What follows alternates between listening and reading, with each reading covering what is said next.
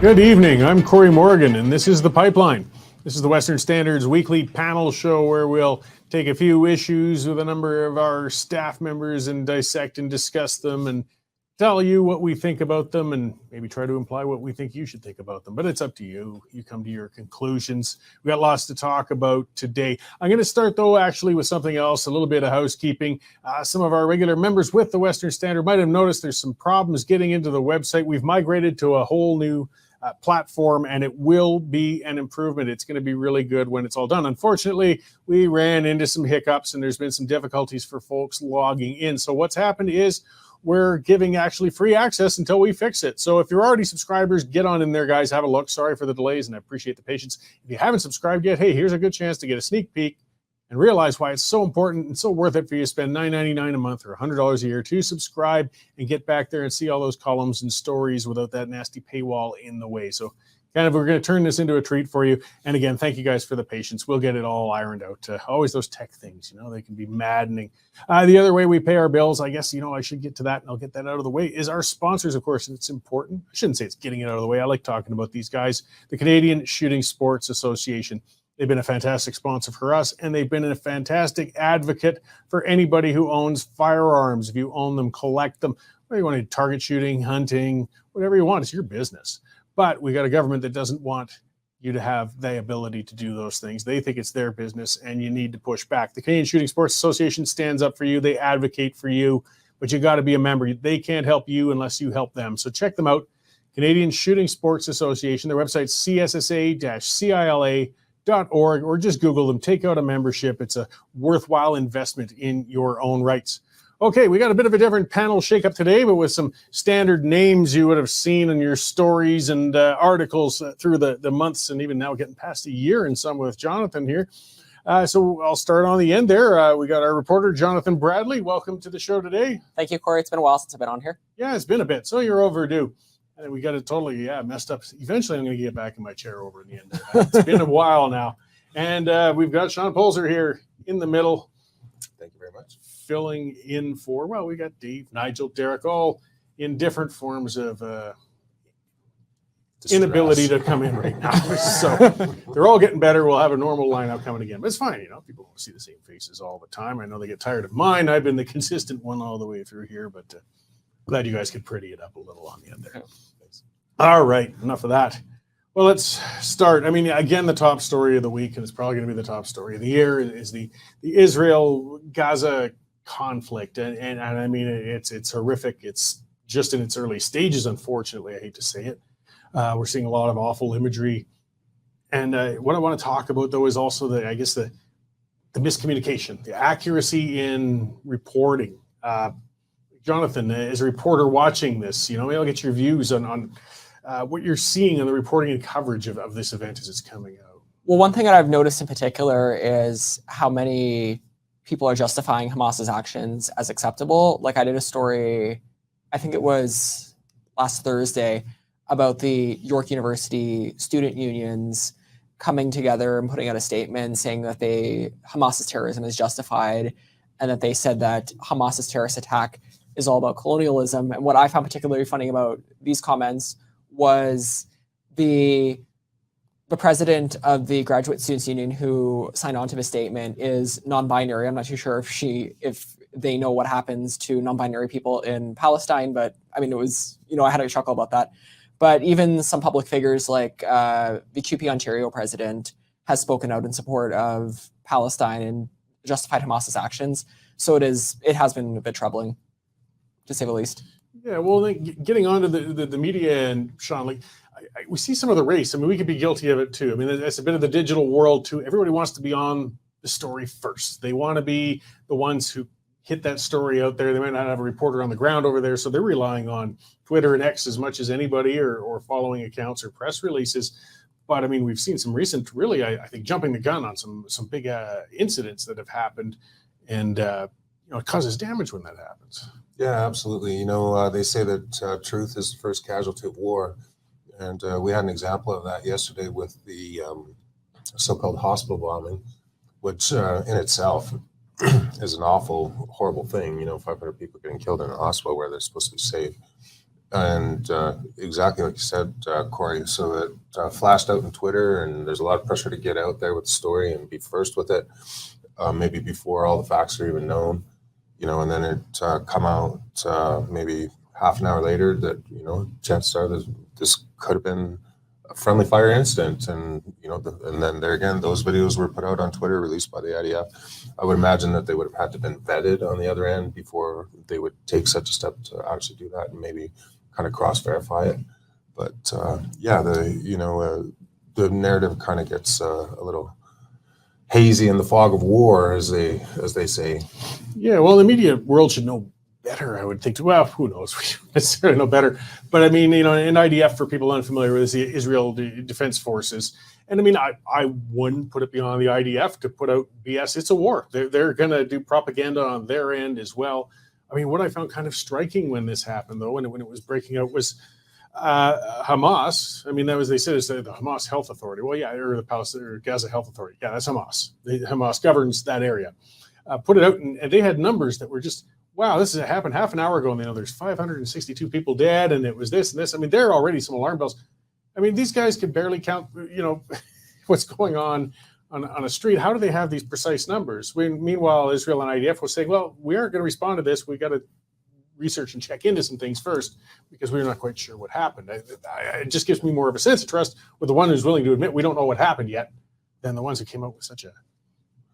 Yeah, that's true. But, our news editor, Dave Naylor, called us over, to around his desk and asked, should we be posting, reposting these videos that have been coming up on Twitter. And, I'm not a war correspondent. I've never covered a war, but I've been to a couple riots, Stanley Cup riots here in this country. And when you saw the pictures of all the bodies laying around, like my first thought was like, oh my God, like, because I was thinking that too, how can you come up with 500? But I mean, there was definitely, dozens, hundreds of, whatever you want to call them, casualties. I don't even know. There's no doubt it was tragic, no matter who did it. I don't even know if they were actually laying down there on the ground. Maybe it could have been staged, but it didn't kind of seem like that. You have to think that there definitely was an incident, and it was definitely tragic in any event, whoever was responsible for it. Yeah. But, and it's kind of like you make the point too, Hamas is the civic government there. So they would be running the health authority and they would be running the hospital. And it seems a little disingenuous that, that they would want to fire on their own people. Right. So, now they're saying it was some kind of a splinter group. Well, and the report also is that it sounds like maybe they were launching a missile that was intended to go to Israel and hit innocent people there instead, but it broke up and then crashed on the hospital accidentally. So you get into this moral equivalent argument, is it better or worse to kill other people or, Yeah, and but I mean, we're in this age of instant news, and Jonathan, you're kind of the younger among us and you're more used to it. Like it's the age of the iPhone. As you mentioned, we used to see things in the past where perhaps there was staging of incidents and things going on, but I don't think they could get away with that now because there'd be 100 other people who would have other pictures they've been taking with their cameras saying quite to the contrary and showing that. So I suspect, unfortunately, those images of bodies were real, and it's awful, no matter who did it. Yes. But I mean, how do you respond? I mean, well, what would Dave say, though, if you wrote a story just based on a few Twitter videos and things you shot and you put it up there on the website? Well, Dave wouldn't be too happy about that, but I mean, we saw yesterday with the story about the Gaza hospital where all the media were jumping on it saying that, this was an Israel Defense Force missile that struck the hospital. But it was a few hours later when it came out that no, it was a Hamas missile that didn't have enough range that ended up striking the hospital.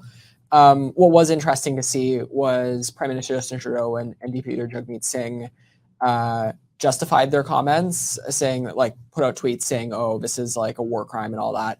But when the information came up, they didn't back it up and say, I was wrong. Sorry about that. this is like Hamas who did it. So it's been the last few weeks have been interesting when it comes to this story.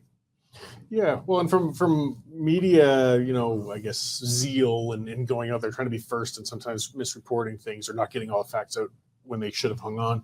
The other worry we have is media bias, which is there. There's opinion guys like me. I mean, my columns would be pretty boring if I don't put my opinion into them. But news copy, a lot of people get mixed up with that online. Fair enough, But Sure. you realize there's a big difference between a reporter and a columnist, and you really don't want to see that opinion flowing through from a reporter you don't want to see a columnist trying to write news copy. I mean, if there was a news story written by Cory Morgan, that guy's got a view on everything. His news, you can't believe his stuff. Like there's differences. CBC, I mean, I say ostensibly Canada's biggest news organization, thanks to the billion and some a year they get. But that's one thing that gets me is, so that order has come down and they won't explain themselves on it, but they refuse to call Hamas terrorists. They're not allowed to call it. I mean, CBC reporters and staff are not allowed to use the word terrorist for Hamas. And this isn't an opinion. This is a group that's been registered as a terrorist group within Canada for years. What do we make of that? What rationale would you think the CBC would have in telling them not to refer to it in that case? I thought it was a little bit confusing because you have the Prime Minister in question period explicitly referring to Hamas as a terrorist organization. As you said, they are legally designated a terrorist organization in this country and in a lot of other countries, in the US and even all through Europe. But yeah, you've definitely got this. It almost seems to be kind of an abundance of caution. I was saying back, because these wars seem to pop up fairly regularly and they seem to run a fairly kind of common script. When we were back at Post Media at the Calgary Herald, we had a company-wide memo came up from Izzy Asper himself that said that we were absolutely not to refer to Palestinians. Mind you, he had a slightly broader brush because they were in the West Bank as well. Palestinians are the Palestinian Authority as freedom fighters because Reuters had been putting that in their copy, right? So, this isn't a new thing, and it comes up, fairly regularly, fairly periodically, and too regularly. In fact, you can. Everybody has sides, but I mean, war is just it is a tragedy. It's a breakdown in communication, the ultimate breakdown in communication, and at the end of the day, I think you have to take steps to stop it. Yeah, well, and it's a confusing, nuanced mess over there too. Like in fairness, you don't want to call every Palestinian a terrorist. Hamas are the terrorists. Yes. And Hamas came from Gaza and as with Hezbollah up in Lebanon and the West Bank, but it doesn't mean all of the Palestinians necessarily are members of such and thus are terrorists. So you can over-apply the term terrorist, but in some areas they pretty well earned the title. And we should be able to apply it to them. I would think so in this case, Yes. for sure. That when you have people, bombing music festivals, killing people, beheading and maiming children, what else can you call them? They're terrorists. Well, that's it. And again, not picking on you and the youth. It's nice having somebody younger in here because you got a new perspective. We've sat through the past intifada's and seen this. This is just a record that just seems to be on skip. This is the first Middle Eastern blowout that you're seeing, Jonathan. One in 2021. There was one 2 years ago. Not quite like this, though. To the scale of it. I mean, we're getting to the Gulf Wars or the 2006 was it when the Lebanon and Gaza Israel really went at it heavily with Hezbollah. But it's new eyes on as people keep saying, some of them too. It's just going to go on forever. I mean, people get cynical about it, and it's when you can't see a solution.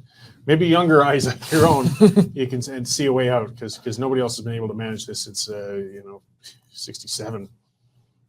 Well, and I think also what's changed too is what you said about the immediacy of it. You've got all these citizen journalists running around with their iPhones, assuming that they can get them charged without any electricity, and running around and uploading cell cam videos. So, yeah, you'd think that on the one hand, it's very unfiltered. It's happening almost in real time, but then on the other hand, it would be pretty tough to try to stage something or try to, like something that it would get exposed as being fake. You get a lot more corroboration, kind of indirect corroboration, maybe not officially, but definitely indirectly for sure. Well, we're going to see the conspiracy theorists coming out no matter what comes out. And people are going to say that video was a deep fake. That was, that didn't really happen. And you know what? Maybe it could have been. I mean, we had that seminar recently on AI and things. I mean, the stuff that can be created now Oh, again, of course. I'm leaving it on you, Jonathan. You young guys, you got to be able to cut through the BS. We didn't have this sort of thing to deal with. I mean, I haven't heard Alex Jones espouse any crazy conspiracy theories give him yet, time. so we'll see. Sell some vitamins. Sure. Oh, he'll be on it, I'm sure. So, I mean, since we've got our energy and business expert in here, Shaun, so with the world energy markets, I mean, we got another Middle East war going on. It's going to go for a while. We're already seeing a little bit of pressure on the markets, but what do you anticipate? What are we looking at here? Well, OPEC is a lot less unified than, say, it was in 1973 or in 1967 when they had, the big previous oil shocks. Saudi Arabia is extremely conscious of it. From my reading of it, so the geopolitical factors that are at play are probably more of a reason for this kind of outbreak than anything. Israel was supposed to announce a deal with the Saudis, which was going to include an oil component along with an arms pact with the United States. And I'm sure that there's parties in both Hamas and probably within Israel itself that were against that specifically. But you've also seen kind of a split between OPEC members that have condemned, the attacks, and other ones like Qatar. I'm not exactly sure how to say it. They don't stick the U in it just to mess with major natural gas suppliers. So instead of an oil embargo this time, they threatened to cut off LNG to Europe because they are staunchly in favor of the Palestinians. The Saudis have kind of tried to stay out of it. Iran, world's fourth largest oil producer, they're calling for an oil embargo.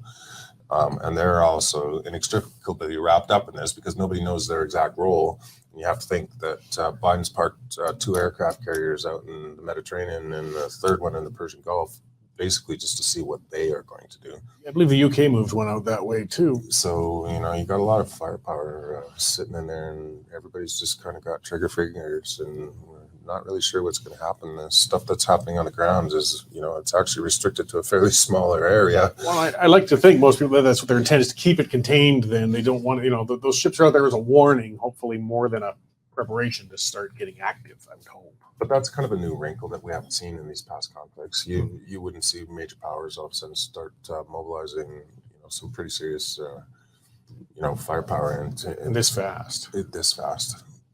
Yeah, I mean, if it breaks out there, I mean, people forget how much. And the complexity, how much oil Iran really supplies. And it all comes through the Straits of Hormuz too. So there's an argument to be made that maybe the reason that they're there is to try to keep those shipping lanes open and maybe try to calm the markets so that you don't have a big price spike. That said, on the hospital bombings, oil was up again, almost $2 before it's pulling back. But, we're getting in closer and closer to that $100 mark. And I think that's going to be kind of the tipping point, kind of a psychological. Now we're a 3-figure per barrel price of. Like maybe now this is getting serious.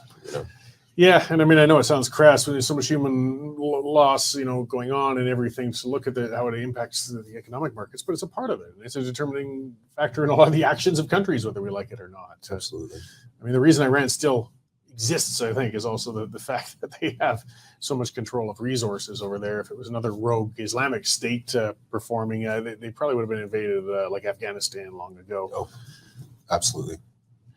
Well, we'll just keep watching. I mean, as of this recording, we're looking at Israel's potentially getting ready, it looks like, to go in on the ground and start trying to root out Hamas members. As I said online, it's talking about sorting out fly poop from the pepper. You got a couple million people there and maybe 10, 20,000 Hamas members, and it's going to be bloody and it's going to be ugly. Well, and they're underground. I mean, we knew that from the last one. They kept on popping up out of the tunnels and stuff. Yeah. So, I mean, really, they're going to have to clear all of Gaza City first, and then they're going to have to go underground and basically root them out one by one. And it's going to be a messy operation. I'm sure that there's going to be very high casualties on both sides. Yeah, and it's going to take a while. Well, we'll keep watching and reporting on it and sharing our views how we can. Let's move a little closer to home, I guess. The United Conservative Party, they're going to have their first AGM since Premier Smith got elected. So this will be kind of one that's establishing the flavor of the party under her leadership, though it's supposed to be member-driven, not leader-driven. I understand the difference, but, those overlap a lot. And there's going to be a lot of policy motions. So, Jonathan, you're going to be covering this and watching this, and you've been looking through the list of things that they're looking to examine in a couple of weeks. What do you got?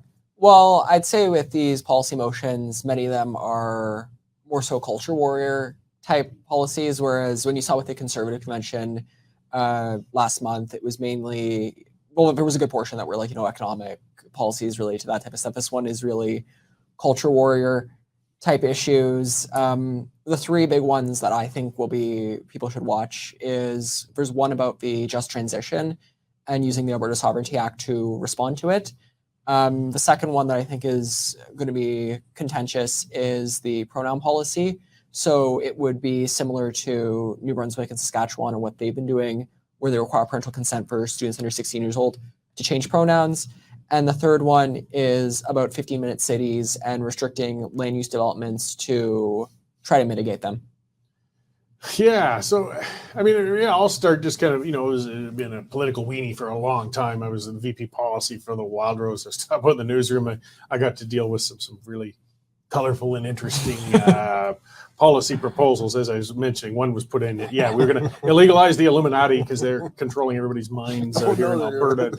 I didn't let that one get to the floor. But there's the hard thing with a grassroots organization. You shouldn't have an executive member stopping any policies getting through, but you've got to try and limit the insanity at the same time. But people should also understand that just because a policy has hit the floor at an AGM, or even if it's accepted by the members of the AGM, it doesn't mean it's going to be actually brought into force by the elected members later, though it's an indicator. I mean, it's fun media fodder. Like, I know you've probably played with this. When the NDP comes out and they get their socialist wing, puts in some crackpot stuff in their conventions, you know what? I twist the knife on it and I bug them. But I know realistically, the leadership of the NDP, Rachel Notley, isn't going to bring those extreme policies forward. We're going to see some serious, I think, games played with some of these, like the 15-minute cities things. I imagine we're going to be seeing people painting the UCP as conspiracy theorists. Yeah, I would agree. But at the same time, I think, I'm not a party leader, but it would seem to be important to give voice to, the grassroots and the membership. Somebody who struggled with this a lot while he was premier was actually Ralph Klein, because Ralph Klein, he's fairly socially liberal, so he had the fiscal hawks all on board, but every time they went to a policy convention, there was always some kind of a resolution about, gay marriage or something that would come up, that he obviously was not interested in, but, at the same time had to kind of pay lip service, to bring them out. And I think Premier Smith, since she's been elected, most of the focus has been on these economic issues, electricity, energy, constitutional turf wars with Ottawa. And, what's been sitting in the back is, like you said, the grassroots of the party that, put her in there because they're the ones that, got rid of former Premier Kenney. And you have experience with Wild Rose, and, Danielle was the leader of them, for quite a while. And she had her own issues with the membership and trying to balance, like you said, you can't ignore them. I mean, and I don't want to dismiss. I was just saying they don't have to follow what comes out of these conventions, but they should feel guided somewhat. I mean, this is where you get a measure of your membership, the ones who are paying your donations, knocking on your doors for you, and voting for presumably keeping you in. So it's a balancing act. When you went through them, Jonathan, did you see, because there's always the turd in the punch bowl that hits every time, was the abortion thrown in there anywhere? I didn't see anything about that, but I saw one about medical assistance in dying and wanting to add in safeguards to that. But shifting back to the crackpot ones, like there were a few where I was just like, why is this being debated at a convention? Like there was one about electronic voting machines, something like that. We haven't really seen an issue with that in Canada, but it's mainly an American one. And then there was another one about wanting to add like a second part to the charter where they wanted to include things like gun rights and rights against excess taxation, rights to healthcare. and all that. I've kind of found that odd. I'm like usually when it comes to like these constitutional type issues, you usually don't talk about them at a convention. But shifting to people painting the UCP as conspiracy theorists, I saw Gil McGowan having one of his typical meltdowns, saying that the crazy train has arrived and that there's He's one to talk. yeah. Well, and they are going to do fodder with it. The other part that comes at these AGMs is when the policy debates come and people come up and get that microphone as proponents or all opponents and speak. And again, most people are rational and they're fine, but once in a while you'll get somebody pop out and there's again the age of the iPhone. No statement is going to go unrecorded. Oh, of course. And even with like at the Conservative convention, there were a few motions that after they came out, Liberal MPs and NDP MPs and even like, social justice type people were coming out of the woodwork and jumping at the Conservatives, being like, how dare they pass this policy? So I'm sure we're definitely going to see some fallout from whether or not certain policies are adopted in the following days after that. Yeah, well, it'll be something to be watching. Again, as I said, this is more of a, it's not a midterm AGM or something like that. Like this is the one that that is her first as the leader, really, and it's. I mean, speaking from a business perspective, I think businesses, companies, they want to see some feelings of stability, right? Some that's what businesses always like to see is just. Well, and she's been out front center, like, they were talking the first 100 days, she was elected on the policy of, the corporate taxes, and a lot of these social kind of issues have seemed to be taking a back seat. I at the press conference last week, somebody asked her about the pronouns, and Premier Smith gave an answer about, being a grassroots party and being in tune with the views of the grassroots. But she's also been pretty plain in the past on her own personal views. With, she's libertarian. She's pro rights or whatever. She's pro gay marriage. I mean, she always has been. She always has been. Like that's never been a secret. So. And I think she's probably personally a little bit reluctant to bring up some of these issues at AGM. We haven't talked about it yet, but I think that's the reason why they're pushing the CPP. It's referendum and it's reopening the idea of a provincial police force because these were kind of like the signature issues that were brought up in the leadership campaign. Well, that's a good point. I mean, if you can constantly just keep on top of the agenda and keep the conversation points, as much as people are trying to pull it over to the other issues, it's a little harder when, hey, we're busy. We're now the pension plan or we're doing what we said we would do. Mm-hmm. But I mean, they also still do have to take the social conservatives seriously. I mean, we saw with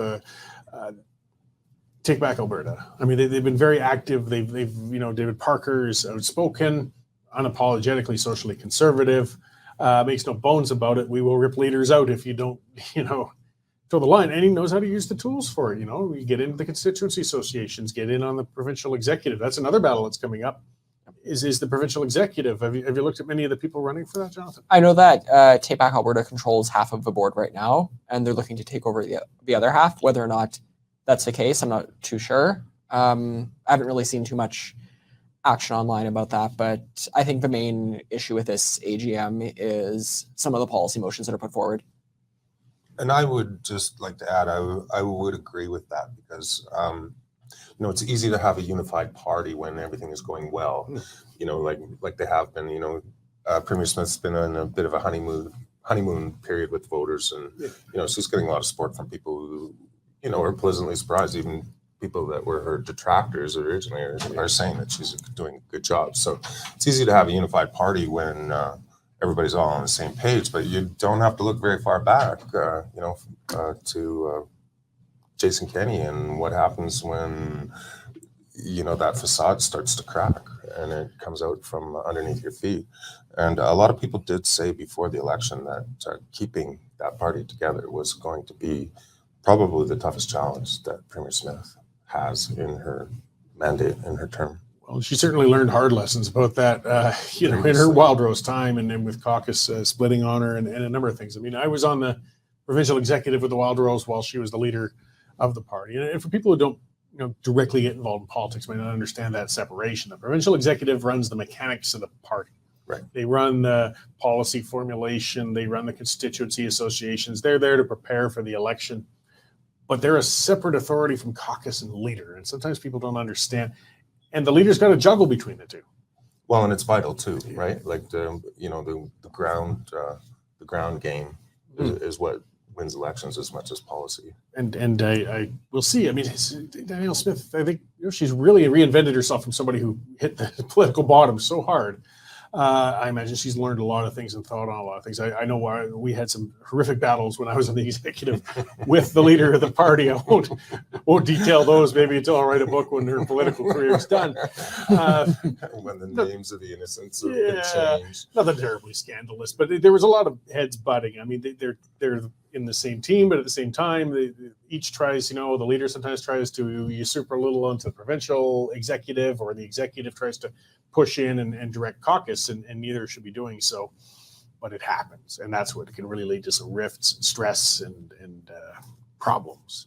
Well, I would say, I don't mean to preempt or interrupt, but I've thought Premier Smith has done a really good job of bringing in her political leadership rivals into the cabinet.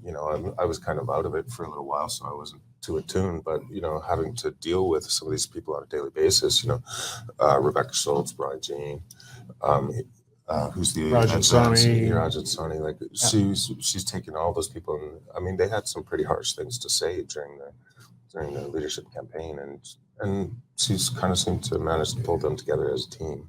So, and that's the caucus level, and cabinet, which is important, very important, and that's where I think she had her biggest problems prior, even when in opposition. Yeah. But now the next potential nest of hornets is the party structure, which Jonathan, you'll be going on the floor and sniffing around to see what members' views are. Oh, of course, yeah, and I'll definitely be looking to speak to the big players before, during, and after. Yeah, and I mean, this is where it's at these AGMs too, where the advocacy groups start coming up. Whether you like them or don't like them, some of the best areas, if you want to get candid views, go to the hospitality suites when some of these advocates get a few beers into them, and I promise you'll find some interesting stuff. I'm sure. But that's the risks of these AGMs as well. I mean, you're going to have, whether it's the parents union or pro-life associations or pro-business ones that are getting a little too bold and thinking how much sway they have with the party as well. I don't know. As you can see, I like the intrigue of this sort of crap, even though this is stuff that puts people off politics. This is how the sausage gets made, guys. Yeah. Well, I was at the Friends of Science.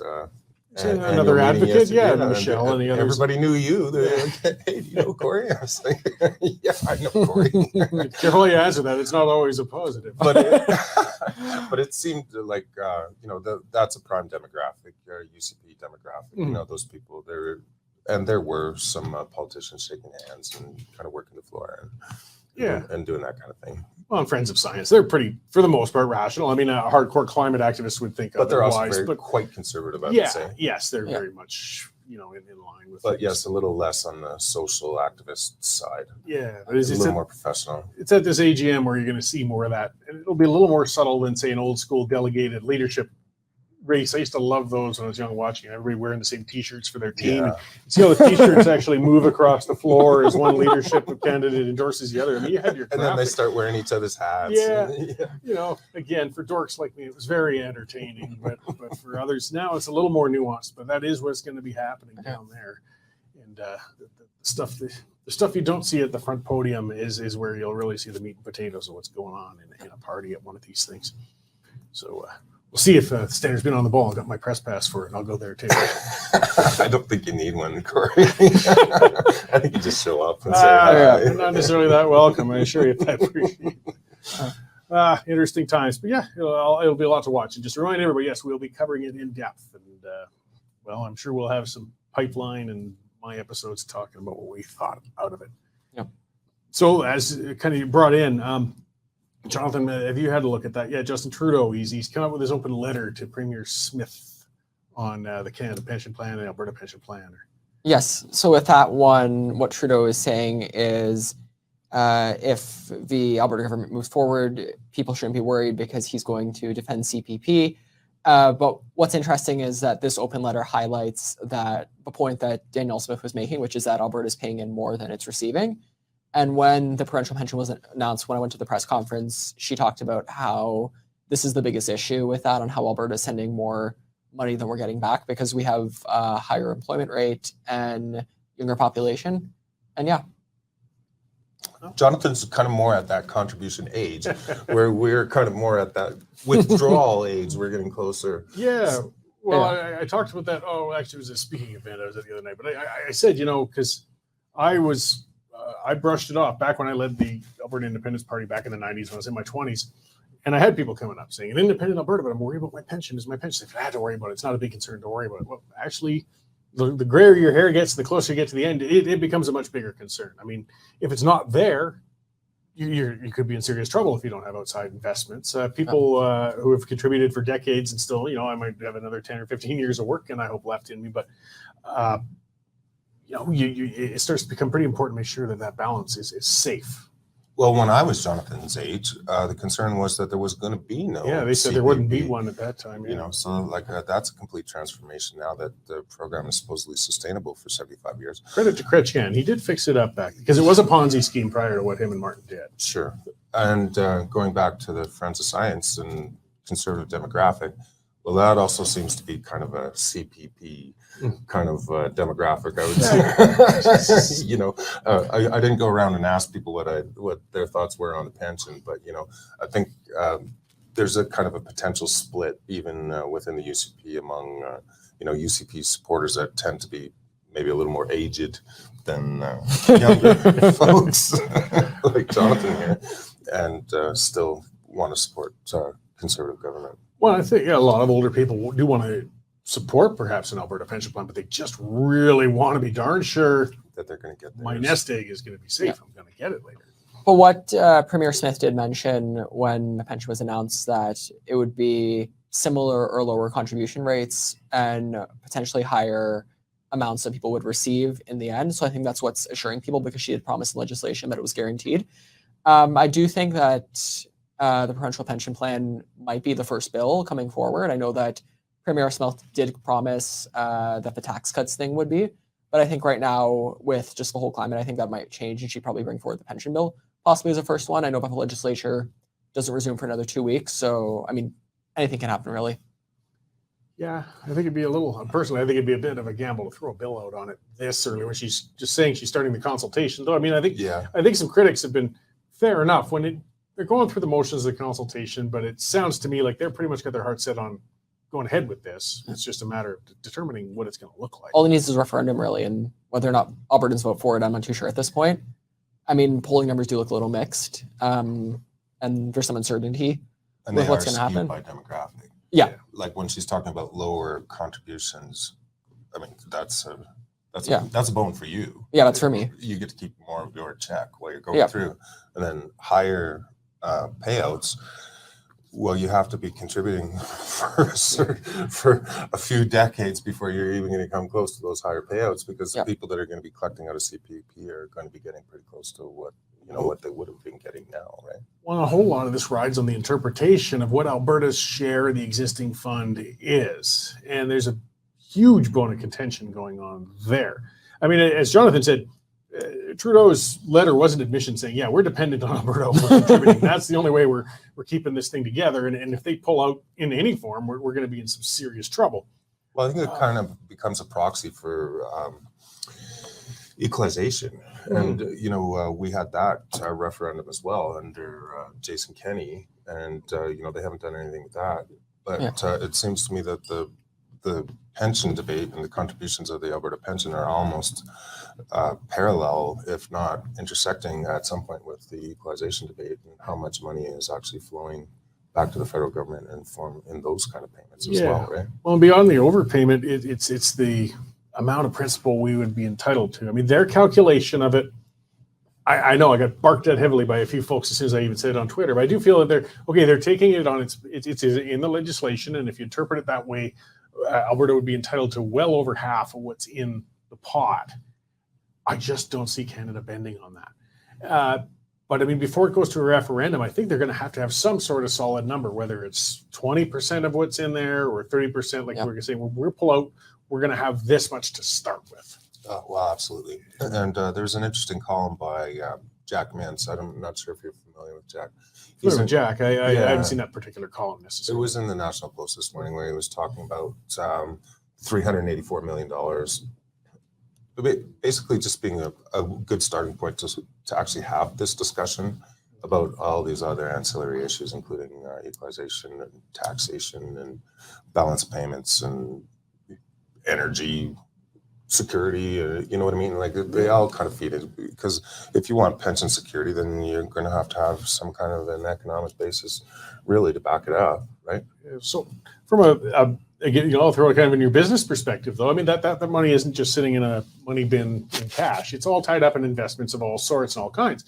If Alberta were to pull out and we're going to separate that, boy, they've got a heck of a task. Fund, yeah. Well, are we going to completely liquidate that fund there, or do we take 30% of that fund and move it? It's going to be quite well, I mean, no matter how you do it, it's going to be a lot of work. But that could also disrupt business markets too. And so you get shifting on investment priorities. And which assets would you want?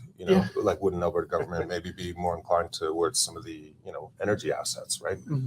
At a time when we're supposedly downplaying, the fossil fuel industry. So maybe CPP unloads all its holdings in Suncor and Petro-Canada, back to the Alberta government and say, here, you take it. See, I would like the CPP to keep all the energy assets, because that gives the rest of Canada a heck of an interest for us to keep working out here and doing well with our energy companies. Because if you sink those energy companies, you're sinking your own pension plan. Yeah, well, that's just my way of thinking. But it would just be, I'm very thrilled and interested in this whole thing, but it's going to be a complicated, difficult thing to get to the point, I think, where Albertans will accept it in a referendum.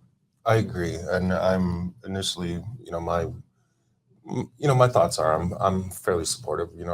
I'm familiar with CASE in Quebec. They haven't done as well as CPP, but there's definitely a lot of autonomy on how they invest, where they invest, and how they do it. But then at the same time, like you said, this is going to be a very complicated divorce and division of assets. It's like you get the kid, I get the car. Yeah, I don't like that kid. She gets the house. Yeah, that one. That one. Just wipe his nose. Yeah, the kid who's licking the windows. You can have that. And I mean, it depends on, again, with support and demographics. I mean, we don't want to absorb more risk and kind of get when we're getting to the point of looking at drawing out. But I mean, if I was in my 20s or whatever, I would say, well, what the heck, let's roll the dice a little on something, Can afford to take a little more risk there, Jonathan, in your investment portfolio. So I guess, I as perhaps a campaign, tactic when it comes to the point of a referendum, they might want to really reach out to the younger voters and get them out. Yep. Because they'd be less, I think, I don't know, but they might be more inclined to support the concept of a newer pension. I agree. But anyway, another area of it, as you said, is opening up a lot of discussions. It was interesting. Somebody was talking about, EI. We're kind of getting hooked in the same basis as we do a CPP. It's not a building fund. It's a program. But with EI, Alberta pays far more in than it pulls out. And I've heard talk occasionally of Alberta starting its own employment insurance program too, which would really throw a wrench into the business of Eastern Canada if they did that. Especially with Nova Scotia, I believe the amount of hours you have to have work to claim EI in Alberta is, I think, 3 times that of Nova Scotia or something like that. I remember hearing that somewhere. I mean, whether or not that ends up becoming a conversation, I know that Daniel Smith hasn't talked about an Alberta employment insurance plan, but I mean, politics changes every week, so who knows? Well, when I was young and during the bust in the 80s, the crash of 86, 87, when I just happened to graduate from high school, the Alberta alphabet at the time was UIC, ALCB, RCMP. It wasn't called employment insurance. No, it was unemployment insurance at that time. Unemployment enjoyment, Well, and it used to frustrate. It was terribly bad back in the 90s when I was starting in the oil field. It would drive me nuts because I worked a lot at surveying ahead of seismic projects. It's very seasonal. And you have a whole pile of work you really got to wrap up, usually before breakup hits in March, April. But something would happen, usually at the end of February, start of March. All our Maritimers that came out for the season suddenly got enough hours in to collect DI for the rest of the year. And they're gone. They won't work a day longer than they had to collect. I'm not saying all of them. A lot of them stayed too. I want to be fair. And they were fantastic workers, fantastic people, and worked out the rest of the season. But we would have a huge labor crisis. We'd lose at least half of them because the system was just being played. You know, and in Alberta, if you wanted to collect, you had to work well beyond that to be eligible. But over there, you didn't have to work long at all. And then suddenly, yep, you're good for the year. Yeah. It's become almost an equalization program in itself as well. Well, that's it. We should have been focusing on moving the people to the industries rather than moving the money to the people over there. But that's... I mean, like many Newfies did stay in Fort yeah. McMurray, and, you know, they've set up their own little community there. Even Arthur's still out here. Somewhere. Arthur, are you out there? Yeah. Well, I'm sure Arthur's enjoying his job with the Alberta government right now. And like I said, I want to couch it. There were a lot of fantastic Maritimers came out. They were part of building Alberta, and they're still here, or even ones that came and went, but worked their butts off and worked full amounts. But that program was abused, and it was used as a wealth redistribution scheme, which it really shouldn't have been. And it still is to a degree today. Saying one more thing for maybe Danielle to think about. Hey, if you can't get them on the pension. Well, I'm kind of curious if Alberta did put in its own EI program, maybe the restrictions would be twice as high as they are now. I've never actually collected. I mean, I've been paying in for however many years. I have no idea how much was it. It's got to be fairly substantial, I would think. Yeah, well, there's no, they must have some degree of a fund, but still it's a little different, that one. It's an insurance program. It goes on your earnings, on whatever earnings you are, not necessarily on how much you've earned over time, as opposed to a pension, right? Yeah, so it's not a built-up cumulative thing. If you're off work for 2 weeks, you get 2 weeks coverage. If you're off for 6 months, so be it, but it wasn't based on I don't know. Lots to chew on. Maybe it'll come out next year's AGM. I think we've run out of time, though. So we've solved a few world's problems, but not all of them. No. We'll save a few for next time. Yes. Thank you both for coming in today, guys, and filling those roles that are typically taken by the other Western Standard staff. So, Jonathan, Shaun, thank you very much. And thank all you guys for tuning in this week. Be sure to watch for the Cory Morgan show and take advantage of that, getting past the paywall while you can. And if you haven't subscribed yet, take a subscription out as soon as that wall's back up. It's important to us. All right. Thanks for tuning in. We'll see you next time. The current Lethbridge feed grain prices are as follows. Cash barley's at $3.42, feed wheat's at $3.52, and corn's trading at $3.39 per metric ton. In the milling wheat markets, December Minneapolis futures increased 5 1/4 cents at $7.33, with local hard red spring bids for October movement at $9.66 per bushel. In the oil seeds, nearby canola futures lost $6.30 at $7.1290 per ton, with delivered values for October movement at $16.05 per bushel. In the pulse markets, nearby red lentils are holding at 36.5 cents a pound, and yellow peas are trading at $10.75 per bushel. In the cattle markets, December live cattle are up 15 cents at $187.02 per 100 weight. For more information on grain marketing, call me at 403-394-1711. I'm Sean Smith at Marketplace Commodities, accurate real-time marketing information and pricing options. Canadian Shooting Sports Association. Without the CSSA, our gun rights would have been taken long ago. These guys are on the front lines helping to draft smart and intelligent firearms regulations and legislation in Canada, and more importantly, educating the public about how we keep guns out of the hands of the wrong people. To become a member, it's absolutely worth every penny. You can become a Western Standard member for just $10 a month or $99 a year for unlimited